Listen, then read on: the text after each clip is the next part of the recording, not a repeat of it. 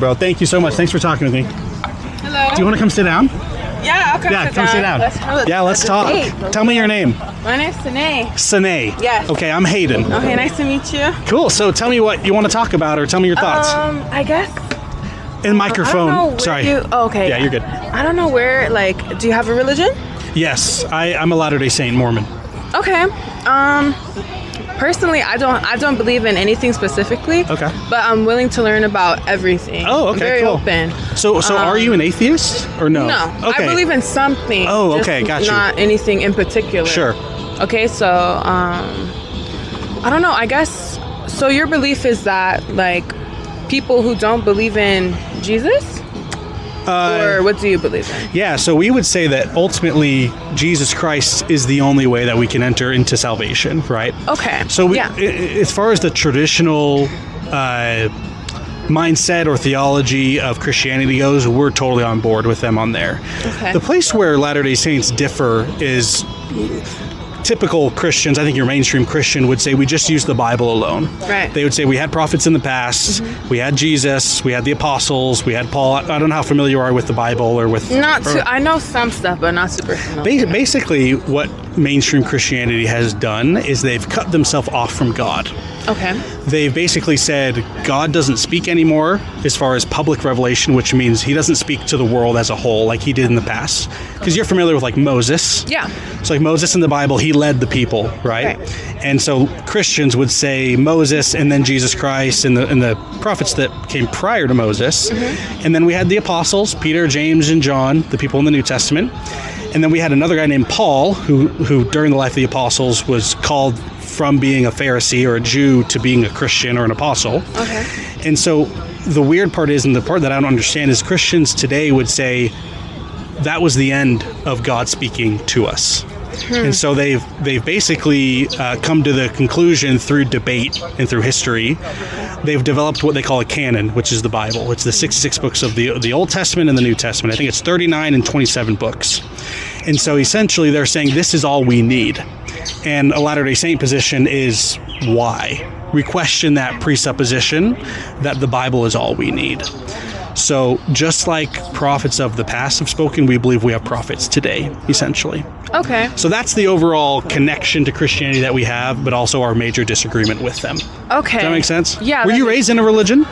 My family is not super religious at all.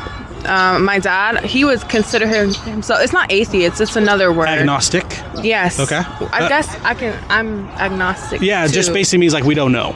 Yeah, right. We don't know, right? Yeah. We don't totally not believe in something, but we don't totally believe in something. Subscribe to it, yeah. Right. So my mom, she used to be, I don't know, I guess she would believe in God or Jesus or whoever's and that. And we used to go to church, but myself, I was never super religious. My brother's not, no one in my family is, but I guess the thing that I've heard from a lot of Christians, I've gotten told oh, if you don't believe in Jesus, you're gonna burn in hell, or oh, you're gonna die early or something like that. I'm like, what? No, yeah, aren't you not supposed to say that? That's where mainstream Christianity has gone wrong, because they've started to take on these traditional beliefs that say if you don't accept Jesus Christ in this life, or if you disagree with us on the nature of God or the nature of salvation, then you're going to hell. Latter-day Saints, we don't believe that. We would say that we are judged according to what we know, right? Because what if you never come to an understanding of God? Is God going to make you burn in hell forever? Is that a good and fair God? We don't think so. Our position would be that if a person doesn't have a witness or an opportunity on this earth to understand him and accept Jesus Christ, that they will actually have an opportunity in the next life to be able to do that. So I like that. Basically makes it fair for everybody. Yeah. Now, does that mean that you can go live your life however you want and just say, I'll do it later? The answer is no, right? There is accountability to that. Yeah. But ultimate salvation comes through somebody who knows Jesus Christ and accepts him and has the proper knowledge to do so. Right. And some people don't get that in this life, right? That's this guy was saying, no matter your circumstances, if you don't accept Jesus in this life, you're going to burn in hell. Oh, no, which is I don't crazy, believe in that. right? Yeah, but that's what Christianity teaches. That's what mainstream Protestant evangelical Christianity teaches. And we look at it and say, that's not what we see even in the Bible. The Bible doesn't even say that. Right. I think that's well, my beliefs, I think that's wrong. That's like saying, it's horrible. Just because someone doesn't believe in something doesn't mean they have to, burn in hell You're for exactly it, or, right. Have a bad life, or they should die earlier, or something like that. Agreed. That's crazy. And then I feel like, for me, I've always seen Christianity kind of be the most, maybe that's like the biggest religion I wouldn't follow, just because I feel like they're, I forgot the word, but I just feel like they don't really follow the religion themselves like that hypocrites? well. Hypocrites, Yeah. yes. I feel like they'll say something and then kind of not do something different. They're not like a diehard Christian. I guess you don't have to be. Yeah, But I will say I can appreciate that point, but I would also say that just because somebody doesn't live a certain way doesn't disprove the religion necessarily. That's true. Right? Because, like, let's say that Christianity is true. It doesn't matter what I do. Like, either Jesus Christ was crucified and was risen again, or he wasn't. If I'm a hypocrite, let's say that I'm telling everybody how to live and then I'm behind the scenes, I'm doing whatever I want. Right. That doesn't impact the historical event of the resurrection, right? Which is what Christianity is based on. Yeah. Does that make sense? So, but I can appreciate what you're saying, that it is hard to be a part of a religion or a church where people are hypocritical. Very much Right. so. It's difficult. Yeah. And to be fair, I think you and I could look at our lives and see times where we were hypocritical as well. Oh, right? yeah. Like, we all make mistakes. So, Yeah. so on that standard, you can't be a part of any organization, whether it's religious or not, because you're going to find hypocrites in every organization. But it is hard, I will agree. And it doesn't, when there's a religion that says we should act one way and then they're doing the opposite, I can see why it's off-putting. Yeah, and I don't know. It's just I've had a lot of, not horrible, but like bad encounters with, I'm going to like mostly talk about Christianity just because that's the biggest group of people I've like gotten, just a weird vibe from them. Not saying so you've had some bad experiences. Yeah, I went to I think you know who Joel Osteen? Yeah, Joel Osteen. Yeah, I don't think that's a good way to do it. I don't know me either, because I used to go to his church. Well, my mom would take us there, and then everyone thought he was a good guy. I'm not saying he's a bad guy, but I don't know. It's From questionable. What I know, it is questionable, right? Yeah. So I guess something had happened in Texas at the time, like a big flood or something like that, and you would think that maybe he would open up his church for the people who are like having hard times, but he didn't, apparently. And then ever since then I was like, I don't know about that anymore. And he's like this big God-loving guy, and it's like, you're not helping people. That is rough on you. And I would agree. And again, I wouldn't say it disproves Christianity necessarily, but it's not a good look. No, it's not a good feeling. I'm okay talking with you about this. I'm actually not here to talk about Mormonism, and I'm not here to put in a plug for Mormonism. Okay. But I will say, not to toot our own horns, Mormons, I think on average, give X amount of service on top of any other American. I forget exactly the stats. I could pull it up for you, and maybe after this I can give you a link. Latter-day Saints, we're not perfect. We're kind of like everybody else. We're trying to do our best. I will say, though, that in my experience, and I'm totally biased, I do see Latter-day Saints living their religions more so than your typical religious person, at least here in Arizona. I'm not speaking about other parts of the world. Right. I'm sure there are very dedicated people around the world in all different religions. Yeah. But I will say, as much as I can have righteous pride, if you will, I am proud of the Latter-day Saints and for what we've done. And people will argue against that and say we're spending too much money on, because we build temples, temple like like the Mesa Temple or Gilbert. Okay. They cost a lot of money, right? And people will say, well, why don't you just give that to the poor? And the answer is, well, we do give billions of dollars to the poor, but we also think it's theologically necessary to have temples for salvation, right? And so what I'm trying to say is people can criticize us, but I'm here to say that as far as this conversation goes, that Latter-day Saints do a lot of good in the world, although we're not perfect. So, and if you want to learn more about it, I can link you up with some resources. Okay, yeah, I would love that. I wasn't too sure about Mormons. I haven't really met a lot of them, but from what I'm hearing now, it sounds like you guys are very open-minded. Here's how I view it. People are not going to like it when I say this. We take the good of Christianity and we essentially get rid of, we would say through revelation, through a prophet, all of the horrible takes. Like this young gentleman, he was very nice, but the stance that he took is incomprehensible to a person who's looking for a good God. Yeah. I think the God of Mormonism, if you will, is a fair and just God, because he works with us and he wants us. Like, it goes deeper than this, but did you hear him say that God He agreed that God creates people knowing they're going to go to hell. And my concern is, well, then why create those people? That's what Just I'm saying. create only people who are going to go to heaven. Just create Baptists only. And that's a big issue that mainstream Christianity has, because they don't have salvation after death. So Latter-day Saints, right, we would say that if you didn't have an opportunity, you'd be able to receive it. So we have these doctrines or revelations that we would call them through modern-day prophets that solve all of these issues that mainstream Christianity has. And the issue is they can't solve it because they've confined themselves to a anthology of books as a closed canon or as a closed standard. And they basically say God doesn't speak anymore. And so that causes a lot of problems. That does. Because then you're stuck with this. And it's like, that's not gonna, like, think about it. Like, you're not enticed by that at all, because, well, it's wrong, to be frank with you. So anyway, I think so. I don't agree to it either. I will say, don't. My advice to you, and unsolicited, is don't put off Christianity as a whole, but recognize that there is some good there, Right. and a lot of bad, and you kind of got to decipher through it and find the denomination. And I would say Mormonism has the cake on that. I maybe we could sit down another time or chat more about it, but there's so many good things that Mormonism solves that mainstream Christianity just really struggles with. Yeah, going back to what he said, what was it? Like, God creates bad people knowing they're going to go to hell? Yeah. I don't understand that at all. If that is... Well, that's what they teach.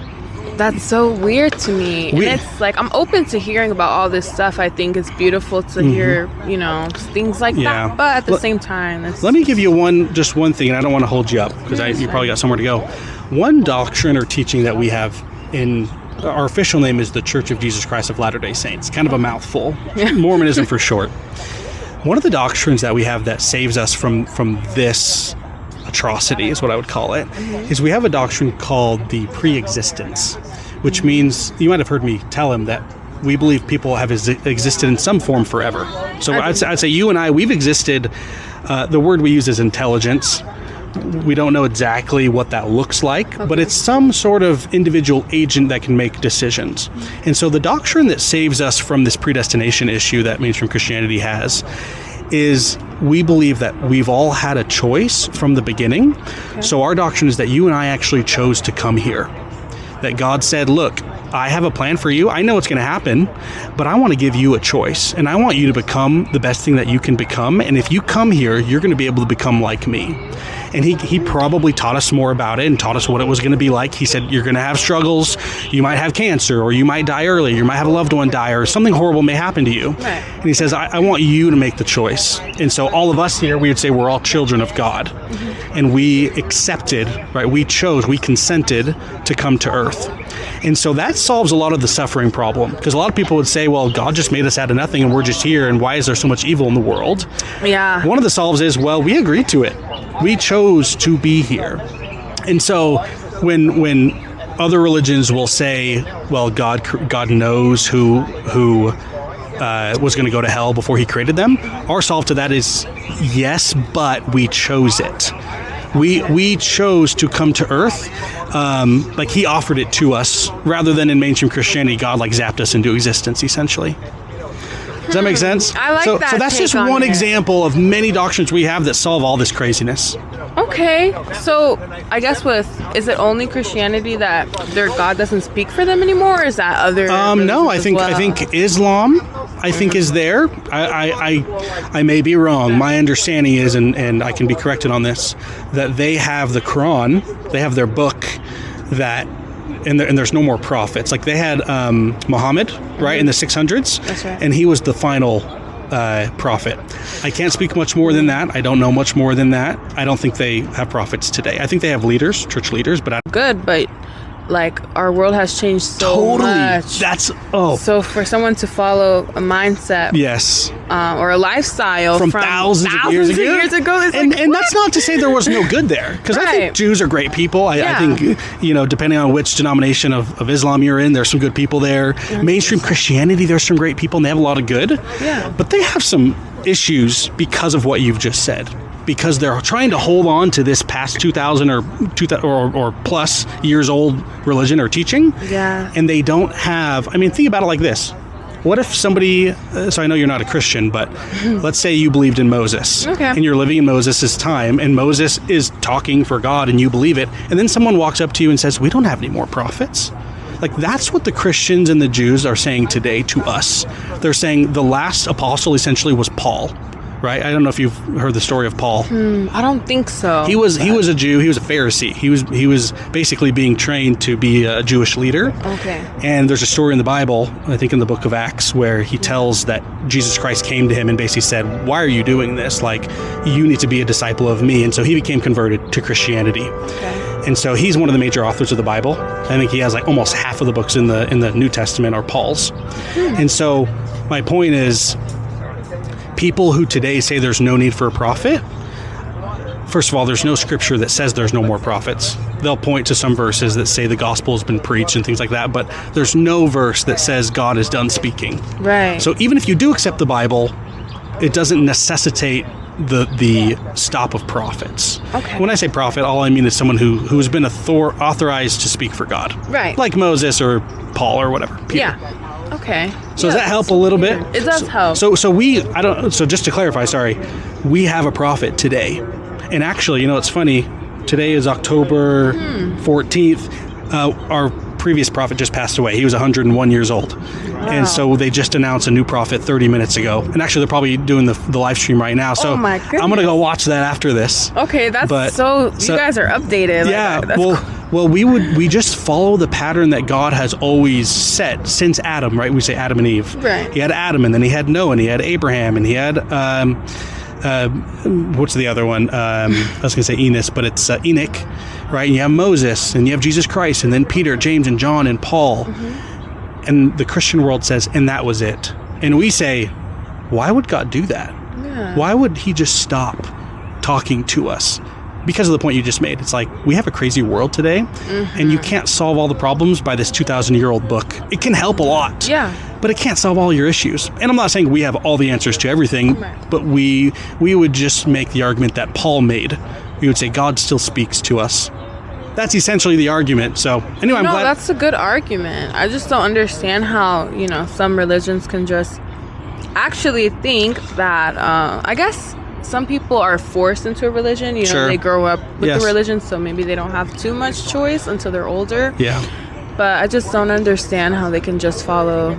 Yeah. I think that's why some countries or some places are kind of slower. Yeah. Like, they're not as advanced. Maybe because they're stuck in this Totally. religion. I think so. Or that's kind of what I picked up. It definitely seems that way. And it's not that there's no value to being traditional, Right. or, conservative, meaning not making too much change. Because I think today we're seeing too much change. Yeah. And I don't want to be controversial, but there are some things that are being, that people are starting to believe that I think are just outrageous.